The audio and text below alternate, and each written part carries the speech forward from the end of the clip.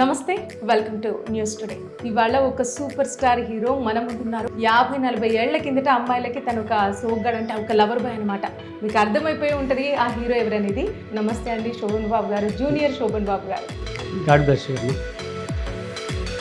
నేను ఇంటర్వ్యూ మొత్తం కంప్లీట్ చేస్తున్నా లేదా మిమ్మల్ని ఇట్లనే చూసుకుంటున్నా?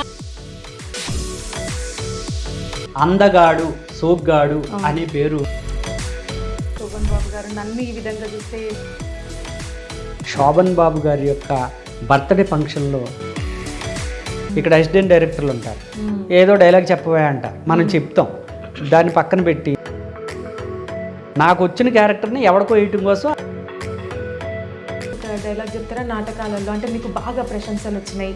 పరాభవం, నాకు పరాభవమా? డైరెక్టర్లలో మనిషిలో టాలెంట్ చూసేవారు. ఆర్టిస్ట్ పరంగా ఇవన్నీ ఓకే, సాఫీగా సాగుతుందా? ఈ ఛానల్ ద్వారా ప్రతి ఒక్కరు తెలుసుకోవాల్సింది ఏంటంటే, ప్రభాస్ గారు మూవీలో చేశాను ఒకటి మేనేజర్ క్యారెక్టర్. ఓకే, ఏ మూవీ?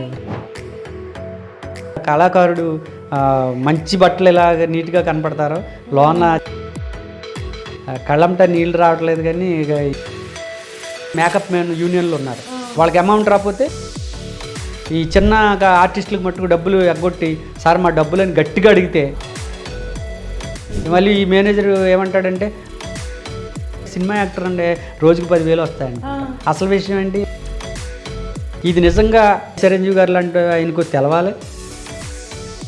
పెద్దవాళ్ళ దృష్టికి తీసుకెళ్లే ప్రయత్నం ఏం చేయలేదు. ఇప్పుడు కళాకారుడికి ఎవరైతే ఎగ్గొట్టారో,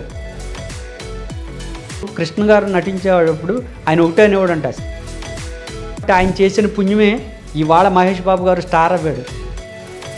thank you so much thank you. Venkateswarlu garu. Thank you.